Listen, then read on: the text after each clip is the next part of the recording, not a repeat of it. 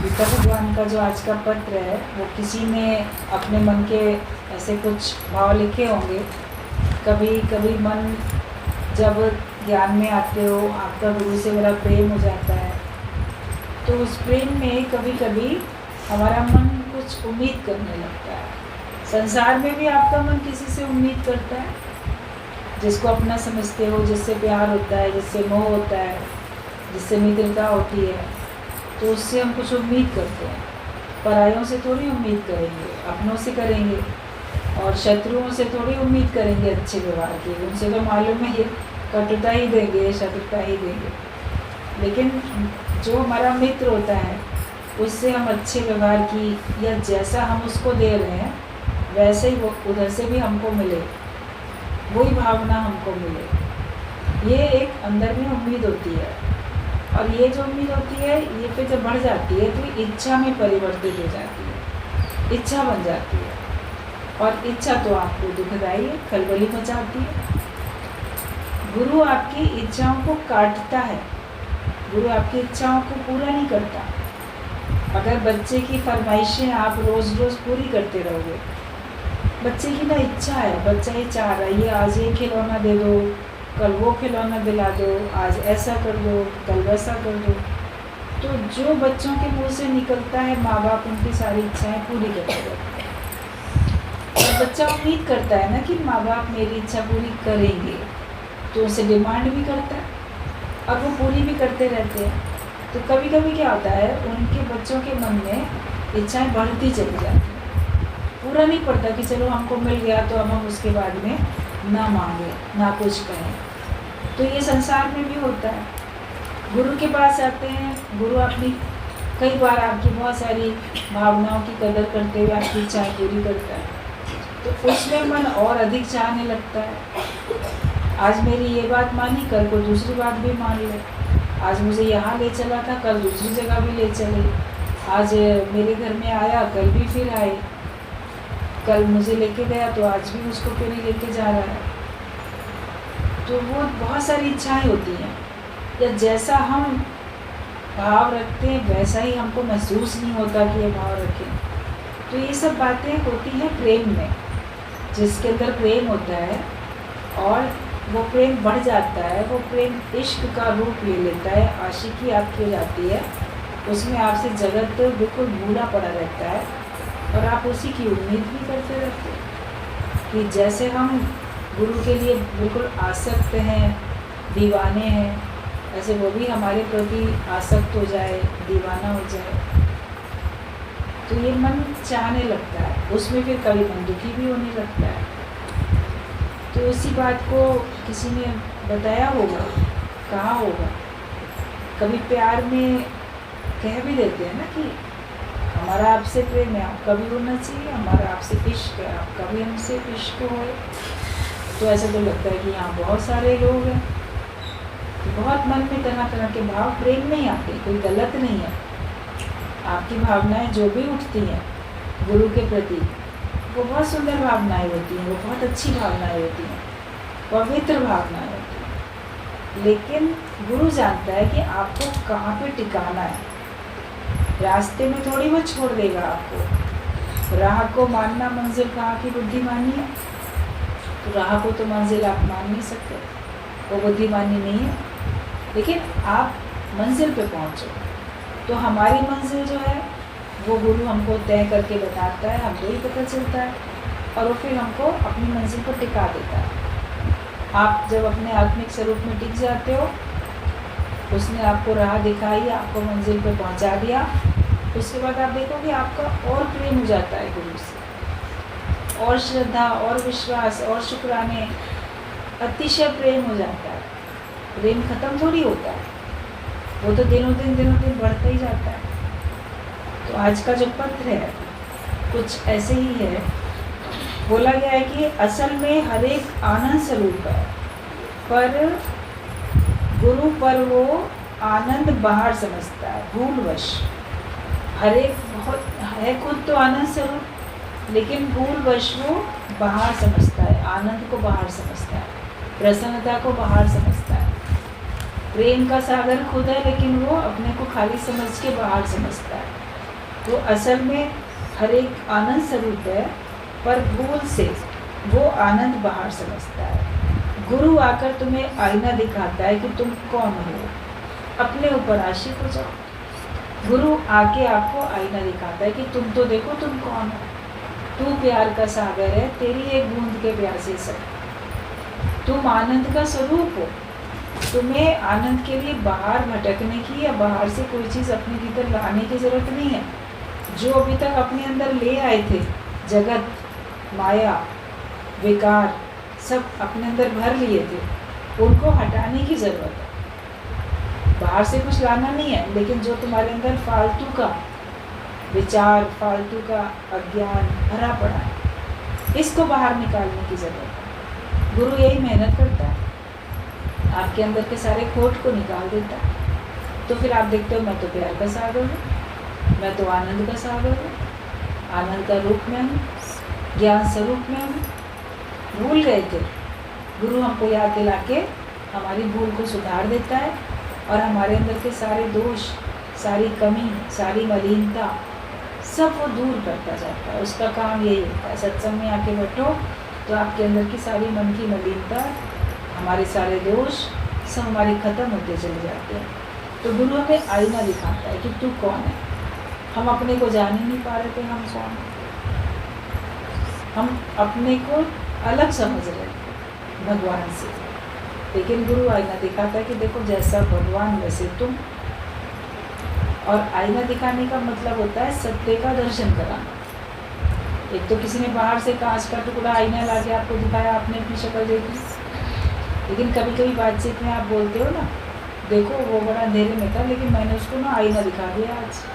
तो तुमने शीशा ले जाके थोड़ी उसको दिखाना आईना, लेकिन तुमने सच्ची बात उसको बता दी, स्पष्ट कर दिया। जो वो गफलत में था, जो भूला हुआ था, या जिस बात से बिल्कुल अनभिज्ञ था, उसको पता नहीं था, तो उसने दूसरे ने सच्ची बात बता दी। तो गुरु भी हमको आईना दिखाता है। आईने में हमको सच्चाई दिखती है, असलियत दिख जाती है, क्योंकि वैसे अपना चेहरा हम देख नहीं पा रहे थे, तो वैसे अपने स्वरूप को हम जान भी नहीं पाते हैं। गुरु ही हमको ज्ञान का आईना दिखाता है और वो ये आईना दिखा के बताता है कि देखो तुम कौन हो, अपने ऊपर आशिक हो जाओ, फिर सारी दुनिया तुम्हारे ऊपर आशिक होगी। तुम अपने ऊपर तो आशिक हो जाओ। सबसे सुंदर तो तुम हो, शरीर नहीं लेकिन आत्मा, वो तुम सबसे अच्छे हो। जब तुम अपने आत्मा में आशिक हो के अपने आप में टिक जाते हो, आप अपने मित्र बन जाते हो। मनुष्य अपना शत्रु खुद है, अपना मित्र खुद है। हर एक अपने से शत्रुता कर रहा था जब अज्ञान में था। ज्ञान में आता है तो उसकी अपने से मित्रता हो गई और वो अपने ऊपर ही आशिक हो जाता है, दूसरे के ऊपर नहीं। गैर पर आशिक होकर तकलीफ़ उठाएं क्या जरूरत? क्यों हम तकलीफ़ उठाएं? हम अपने आप में भरपूर हैं, हम अपने आप में मस्त हैं, हम किसी का आधार नहीं लेते, हम अपने स्वयं में टिके हैं। तो ये तो गुरु ने हमको समझाया, गुरु ने बताया। तो हम अपने ऊपर जब आशिक हो जाते हैं तो सारा संसार हमारे ऊपर आशिक होता है। मतलब सब आपके से प्रभावित होते हैं और सब आपका सानिध्य चाहते हैं, आपसे भी वही ज्ञान की रोशनी सब लेना चाहते हैं।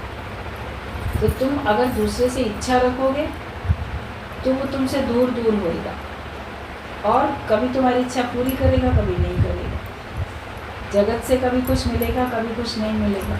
यदि खुशियाँ हैं 4 दिन की, आंसू हैं उम्र भर के। संसार में 4 दिन की खुशी होती है, 4 दिन की चांदनी फिर अंधेरी रात, तो बोला ही गया है ना। तो संसार में दुख तो दुखी है, दुखों से ही हर व्यक्ति दुखी है और दुख तो भरे पड़े हैं। सुख बड़ा थोड़े दिन का लगता है, लेकिन ज्ञान में सुख ही सुख है। यहाँ पे दुख का नामो निशान ही नहीं है। जब तुम अपने देह से उठ के अपनी आत्मा में टिक जाते हो और अपने को ही पसंद करते हो, अपने पे टिके रहते हो, अपने ऊपर ही आशिक रहते हो, तो आप देखो आपके लिए कोई दुख है नहीं। दुख दूसरे में है। जब हमारा मन दूसरे में चला जाता है तो हम दुखी हो जाते हैं। तो तुम जो हो अपने ऊपर आशिक हो जाओ तो सारी दुनिया तुम्हारे ऊपर आशिक होगी। आशिक वे हैं जिन पर खुद आशिक हो, भगवान खुद आशिक हो जाए। देखिए कबीर ऐसा मन निर्बल भया जैसे गंगा नीर, तो पाछे लगा हरी फिरे कहत कबीर कबीर। कबीरदास ने बात बोली कि जब हमारा मन इतना निर्मल हो जाता है, जैसे गंगा नदी का जल, वो कितना निर्मल है, कोई मलिनता नहीं उसमें, शुद्ध है। उस पानी को आप पी भी सकते हो, उस पानी को जहाँ पे छिड़को वो जगह भी शुद्ध मान लिया जाता है, शुद्ध हो जाता है। तो मन भी जब इतना शुद्ध बन जाता है जैसे गंगा जल, तो भगवान खुद आपके पीछे पीछे आपका नाम ले लेके घूमता है। मतलब भगवान तुम पे आशिक हो जाता है। एक होता है कि हम भगवान के ऊपर आशिक हैं, एक है कि भगवान हमारे ऊपर आशिक हो गए। भगवान अपने भक्त के बिना नहीं रह सकता। पहले हुआ कि भक्त भगवान के बिना नहीं रह सकता, लेकिन जब तुम ऐसे अपने आप को शुद्ध पवित्र बना लेते हो, तो ऐसे शुद्ध पवित्र भक्त के बिना तो भगवान भी नहीं रह सकता। वो भी उसके ऊपर इतना ही दीवाना हो जाता है और वो उसके पीछे पीछे जाता है, पीछे पीछे घूमता है उसका नाम ले लेके। तभी कबीर ने बोला कि ऐसा मन निर्मल भया जैसे गंगा नील, तो पाछे लगा हरी फिरे। भगवान भी पीछे पीछे घूमता है, कहत कबीर कबीर। कबीर का नाम ले लेके भगवान भी ऐसे घूमता रहता है। तो इतने निर्मल बनोगे तो भगवान तुम्हारे पर आशिक है। तो आशिक उसको कहा जाएगा जिस पर खुद भगवान आशिक होते हैं। यदि तुम गुरु पर आशिक हो तो ये कोई बड़ी बात नहीं है। आप गुरु के ऊपर हम बड़े आशिक हैं, गुरु का व्यवहार अच्छा लगता है, गुरु का प्यार अच्छा लगता है, गुरु ने हमको ज्ञान दिया, उसने हमको ये किया वो किया, उसकी अच्छाइयाँ दिखती हैं। तो किसी के बाहर से किसी के ऊपर आशिक हो जाते हो तो ये कोई बड़ी बात नहीं है। पर उसके निश्चय पर, उसके वचनों पर आशिक हो जाओ। जो उसका आत्मिक निश्चय है और जो उसके वचन है उस पर भी तो आशिक हो जाओ कि कितना उसके अंदर में गहराई है, कितना ज्ञान है, कितनी उसके अंदर समझ है। उस समझ को भी तो धारण करो। जिसके ऊपर आशिक होते हैं उसको अपना बनाना चाहते हैं। तो जब आप वचनों पे आशिक हो जाते हो तो आप वचनों को भी तो अपनाओगे। ज्ञान के ऊपर आशिक होते हो तो आप ज्ञान को भी तो अपनाओगे। उस निश्चय के ऊपर आशिक हो जाओ तो उस निश्चय को भी तो आप अपना लोगे। तो केवल बाहर से किसी के शरीर पे आशिक होना कोई बड़ी बात नहीं है, लेकिन गुरु के निश्चय पर और उसके वचनों पर आशिक हो जाओ। आज ही गुरु के समान बन जाओ, फिर गुरु कैसे नहीं तुम पर आशिक होगा। तुम चाहते हो गुरु मेरे ऊपर आशिक हो जाए, लेकिन तुम आज ही उसके समान बन जाओ। जो तू है सो मैं हूँ, जो मैं हूँ सो तू है। तुम्हारी वो स्थिति बन जाए। तुझमें और मुझ में कोई अंतर नहीं है। उनका निश्चय हमारा निश्चय, उनका ज्ञान जैसा हमारा ज्ञान। तो अगर हम उनके जैसे बन जाते हैं, उस भावना में निर्बंधन होके जीवन मुक्ति का आनंद हम ले रहे होते हैं, तो कैसे नहीं गुरु तुम पे आशिक होगा। गुरु भी तो अपने उस शिष्य के ऊपर श्रद्धा रखता है, प्रेम रखता है, आशिक होता है, जिसने सारा संसार परमात्मा के लिए छोड़ दिया, जिसके अंदर में इतनी वैराग्य मिलती है, जो केवल परमात्मा को ही चाहता है। ऐसा तो कोई बिरला होता है संसार में, कोई भाग्यशाली कोई बिरला होता है, वरना हर एक को संसार, माया, माया के काम, वो सब इतने ज़्यादा उसमें अच्छे लगते हैं और उसमें लिप्त रहता है कि सत्संग में आने की फुर्सत नहीं है। अभी टाइम नहीं है, अभी पहले बच्चे बड़े हो जाए ना फिर आएंगे, फिर बच्चे सेटल हो जाए फिर आएंगे। आगे आगे चलते रहते हैं और काम अच्छे लगते हैं। बच्चे ना दूसरे शहर चले जाएं फिर फ्री हो जाएंगे तब आएंगे। तो आज ही आओ, 100 झंझटों के बीच में से निकल के आओ तो बड़ी बात है। जब कोई काम ही नहीं है, फालतू बैठे हो, तब चले आए तो कौन सी महानता है। तब तो तुमको अपना मन बहलाव के लिए आना पड़ेगा।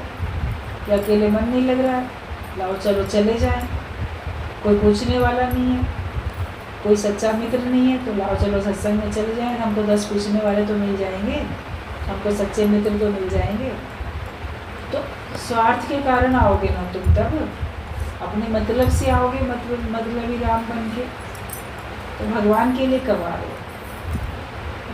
आपके पास कितना भी झंझट, लेकिन उसमें आप भगवान के लिए समय निकाल सको, ये एक बड़ी बात है। सत्संग के लिए समय निकाल सको, ये एक बहुत बड़ी बात होती है।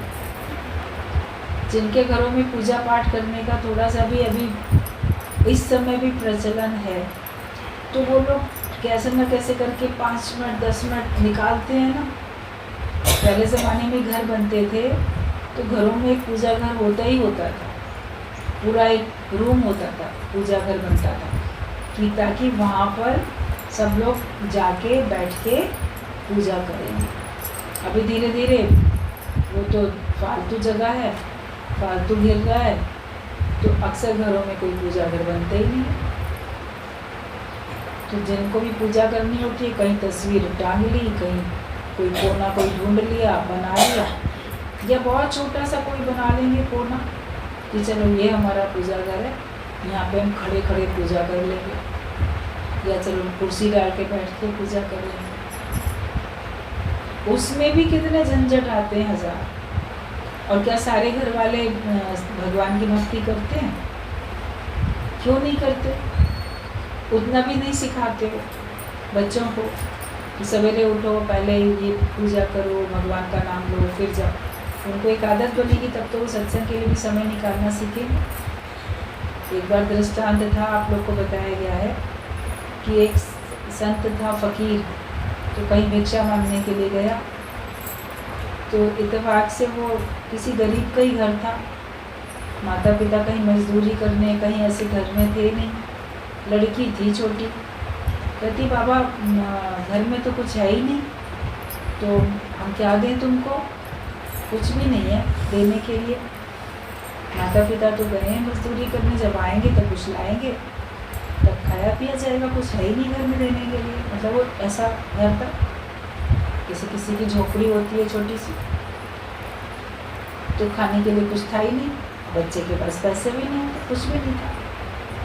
तो फकीर ने कहा कि बेटा ऐसा ना कहो कि कुछ नहीं है, तो कुछ भी तुम दे दो। आज तुम्हारा जो ये कच्ची मिट्टी वाला ये आंगन है ना जहाँ खड़ी हो, तो वहीं से थोड़ी सी मिट्टी उठा के दे दो, जरा सी मिट्टी दे दो उठा के। तो बोली अच्छा। तो उसने वो मिट्टी उठाई, वो दे दी, तो वो उसको आशीर्वाद देते हुए आगे चल पड़ा। तो दूसरा एक देख रहा था साथ का उसका, कहता है कि ये मिट्टी लेने का क्या मतलब था? तो उसने कहा कि उसको बच्चे को कम से कम देने की आदत तो पड़ेगी। आज घर में कुछ नहीं है मगर मिट्टी तो है, तो मिट्टी उठा के दे रहा है वो, लेकिन आगे बच्चा बड़ा होगा, उसके पास जब सब कुछ होगा तो उसको ये आदत तो बनेगी कि नहीं, कोई आए है मांगने तो मुझे कुछ देना चाहिए। तो इसलिए मैंने उससे कहा कि नहीं, ऐसे खाली नहीं बोलो, कुछ नहीं है, किसी को खाली भी नहीं जान दो, सिर्फ मिट्टी दे दो, तो उसको ताकि देने की आदत बने। तो ये तो था दृष्टांत। तो जो चाहे मिट्टी है, किसी काम की नहीं है, द्वैत की पूजा किसी काम की नहीं है। मान लो आप ज्ञानवान हो, आपकी दृष्टि में, लेकिन करके तो वही आए हो ना बचपन से अभी तक, तब तो भगवान के प्रति विश्वास श्रद्धा बना, और ये आपका समय आपने निकाला, तो फिर आप सत्संग के लिए भी देखो समय निकाल पा रहे हो। फिर जो लोग बिल्कुल नहीं, इतना समय भी ना माया को दे दें। कई लोग आपको ऐसे भ्रम में डालेंगे कि 1 घंटा 2 घंटा सत्संग में जाते हो, इससे ऐसा 2 घंटा कहीं ट्यूशन पढ़ा लो, कहीं पार्लर खोल लो, कहीं कुछ कर लो, तुमको पैसा मिलेगा। वहाँ क्या मिल रहा है? आप अच्छे खासे हो, टाइम वेस्ट कर रहे हो। यंग एज में जितना पैसा कमा सकते हैं कमा लो, ये सब ओल्ड एज के लिए छोड़ दो। जब पैसा कमाने लायक नहीं बचोगे, जब कान सुन नहीं पाएंगे, आँख देख ना पाएगी, हाथ पर चल ना पाएंगे, मुख से आप बोल नहीं पाओगे, ज़बान लड़खड़ाने लगेगी, जगत के काम नहीं कर पाओगे, तब बैठ के सुन लेना, जितना भी मनन कर लेना, माला फेर लेना। तो जब तक शरीर सही है, चलो माया ही कमाओ। दुनिया वाले तो आपको यही सलाह दें, लेकिन जब आपका शरीर ठीक है, तभी तो आप भगवान का नाम भी तो कमा लो, तभी ज्ञान की कमाई भी तो तभी करो। अब पहले से आपने कमा के रखा होगा तो आप सबको दे भी सकोगे। जितना कार्य यंग एज में कर सकते हो, ओल्ड एज में कर भी तो नहीं सकते।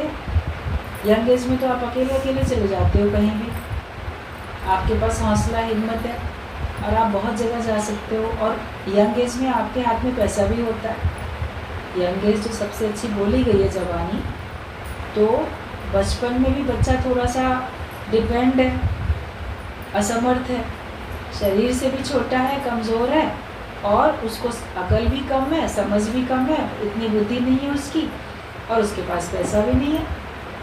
लेकिन जब यंग एज आती है, जवानी आती है, तो जवानी में वो पूरा परिपक्व हो चुका है, मैच्योर हो गया, बालिग हो गया, अब वो अक्लमंद भी है, उसको अकल भी है, बुद्धि भी उसकी पूरी समझ खुल गई है, और शरीर भी उसका बलिष्ठ है, और वो उसके पास धन भी हाथ में होता है।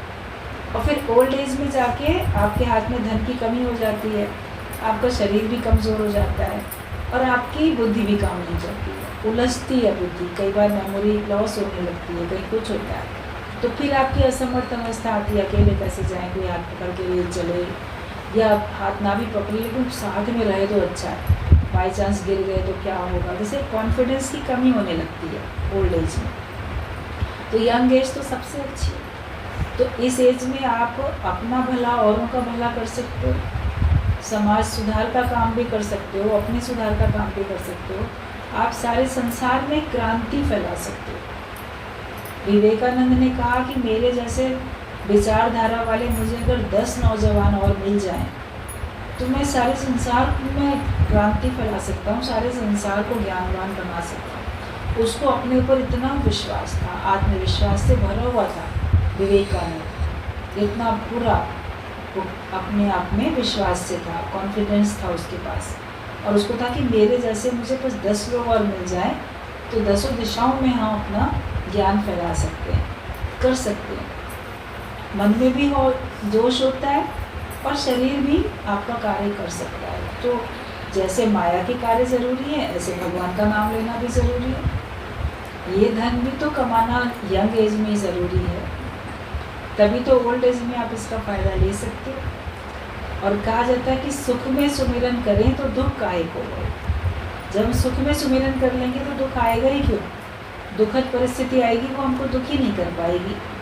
तो इसके लिए जब हमारे पास सब कुछ है, हम सुखी हैं, और यंग एज में आप बहुत सारी बातों को आप अवॉइड भी कर जाते हो, चलो छोड़ो कोई बात नहीं। ओल्ड एज में एक ही बात आपको दिल पे चोट लगाती है, एक शब्द आपको चुभ जाता है, उसको सारा दिन सोचते रहते, जैसे बात को हवा में उड़ाना नहीं जानते, वो आपके दिल में घर कर जाती है।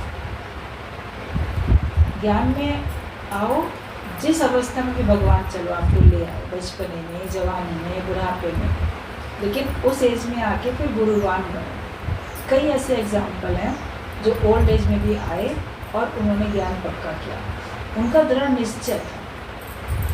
तो उतना ज़्यादा हमारा दृढ़ निश्चय भी होना चाहिए कि उन्होंने बचपन में ज्ञान पक्का कर लिया, कि उन्होंने जवानी में, कि उन्होंने बुढ़ापे में। कुछ पिछले संस्कार होते हैं, पिछली की भी कमाई होती है, पहले कितनी ज्ञान की पढ़ाई पढ़ के आए हो, उसके आगे से आप पढ़ रहे हो आज। तो आज हमको अपने आप को मुक्त करके रखना, कल पे नहीं रखो। उदित हम जो है आज ही गुरु के समान बन जाए, कल पे नहीं रखें, बुढ़ापे में करेंगे, कल करेंगे, बाद में आएंगे। तो तुम आज ही गुरु के जैसे बन जाओ, तो फिर गुरु कैसे नहीं तुम पर आशिक होगा। जब तुम गुरु के जैसे बन जाओगे तो तुम देखोगे गुरु तुम्हारे जैसा बन गया। गुरु जो है आप समान तुमको देख के प्रसन्न होता है, वो तुमको अपने जैसा देख लेता है। निर्भय निर्वैर अजर अमर आनंद स्वरूप हो जाओ, तुम निर्भय होके जियो, किसी प्रकार का भय नहीं रहना चाहिए तुम्हारे अंदर, और तुम आनंद स्वरूप होके जियो, और निर्वैर हो जाओ, ना किसी से भय रखो और ना किसी प्रकार का वैर हो तुम्हारे अंदर किसी के प्रति भी। मन में ना वैर पाल लेते हैं, ये व्यक्ति खराब है, इसको नुकसान हो जाए। जिसके प्रति आपका वैर भाव होता है ना, आप उसकी उन्नति देख के भी ईर्ष्या करते हो, और आप हर समय उसके नुकसान की सोचते हो। उसको दुखी देख के आपको बड़ी प्रसन्नता होती है, मन बड़ा खुश होता है।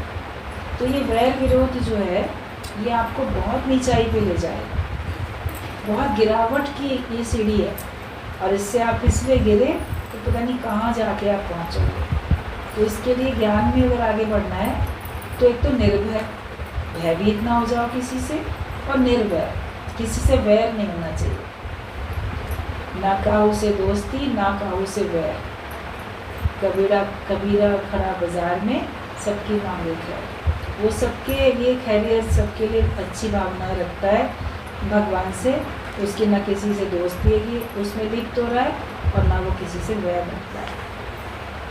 तो निर्भय हो जाओ, निर्वैर, अजर अमर आनंद स्वरूप हो जाओ। तुम अपने को अजर अमर आनंद स्वरूप जानो तो गुरु तुम पर आशिक होगा। जब तुम ऐसे बनोगे तो गुरु तुम्हारे ऊपर आशिक हो जाएगा। अभी तो तुम गुरु के ऊपर आशिक रहते हो, लेकिन चाहते हो कि गुरु भी मेरे ऊपर आशिक हो जाए। उसके लिए तुमको निर्भय निर्वैर बनना पड़ेगा, आनंद स्वरूप होना पड़ेगा, गुरु का निश्चय अपनाना पड़ेगा। अपने अंदर के सारे खोट, सारी मलिनताएं, वो सब अपने को दूर करने पड़ेगा, द्वैत अपने अंदर से हटाना पड़ेगा। तब आप देखो कि आपको कैसे गुरु नहीं पसंद करता और कैसे वो तुम्हारे पर आशिक नहीं होता। उसको भी तो खुशी होती है कि ये सब मेरे जैसे कैसे बन गए हैं। तो तब गुरु तुम पर आशिक कैसे नहीं होगा। तुम द्वैत में नहीं हो। अपना द्वैत अगर हटा दोगे, दूजा भाव, तो फिर आप देखोगे सबका तुम्हारे साथ प्यार है और गुरु भी तुम पे आशिक है। कि द्वैत में तुम नहीं रहो, देहधारी तुम नहीं बनो। द्वैत में रहोगे, देहधारी, फिर कैसे गुरु से मिलकर एक होगा। अगर तुम्हारे अंदर द्वैत है और तुम अपने को शरीर मान के बैठे हो, तो फिर गुरु तुमसे कैसे मिलके एक होगा। तुम्हारा योग लग ही नहीं सकता, भगवान से भी नहीं लग सकता। तो देहधारी जो है वो कैसे गुरु से मिलकर एक होगा। भाई वो आत्मा में है, तुम देह में, बीच में कितना फासला है। पांचों तत्व की देह तुम्हारे पास है, पांचों विकार तुम्हारे पास है, विषय तुम्हारे पास है, माया कितनी है, कितना अज्ञान है। तो ये सब प्रभु से कैसे मिलने देंगी तुझे बीच की दीवारें। ये सब दीवारें हैं, इन सबको हटाओ तो तुम्हारा योग लगेगा। फिर तो देहधारी कैसे गुरु से मिलकर एक होगा। और फिर तुम कहोगे कि गुरु मुझे प्यार ही नहीं करता। हम अपने को तो देखेंगे नहीं, अपने को उसके जैसा बनाएंगे नहीं और शिकायत करेंगे कि गुरु तो हमको प्यार ही नहीं करता, और उनको करता है, हम तो नहीं करते। तो तुमको सब करता है गुरु प्यार, लेकिन तुम्हारे अंदर में जो ये खोट है, ये तुमको अनुभव नहीं होने देता। और तुम इतने जैसे कोई कीचड़ में सन के आए और बोले ये मेरे को गले नहीं लगाता। कोई नहाया धोया व्यक्ति खड़ा हो, माँ भी अगर बिल्कुल अभी नहा के निकल के आके खड़ी हो, बच्चा कीचड़ में आ जाए तो उसका हाथ पकड़ के अपने से दूर करती करती लेके जाएगी, चल पहले नहा, तो उसके बाद मेरे पास भी बैठना। तो हम इतने देह अध्यास में, और हम चाहते हैं कि हम गुरु से मिलकर एक हो। तो वो अपने आप को तो हम सुधारते नहीं, अपने आप को ठीक करते नहीं, और फिर हम दोष देते हैं या शिकायत करते हैं कि फिर तुम जो कहोगे कि गुरु मुझसे प्यार नहीं करता। तो ये समझ जाओ कि तुम्हारा कहना कितना गलत है। अपने को समझते हो बड़े सही कि हम सही हैं, हम तो बड़ा प्यार करते हैं, यही नहीं करता है हमसे। लेकिन उसके पीछे कोई कारण भी तो है। वो कारण गीता भगवान ने स्पष्ट में बताया। सब लोग सुन लो, समझ लो, और जैसा भगवान ने बताया है वैसा अपना जीवन बनाओ। तो सारा संसार तुम पे आशिक है, भगवान तुम पे आशिक है और गुरु भी तुम पे आशिक है। ठीक, पत्र हो गया समाप्त। पत्र में भी बस इतनी सी बात।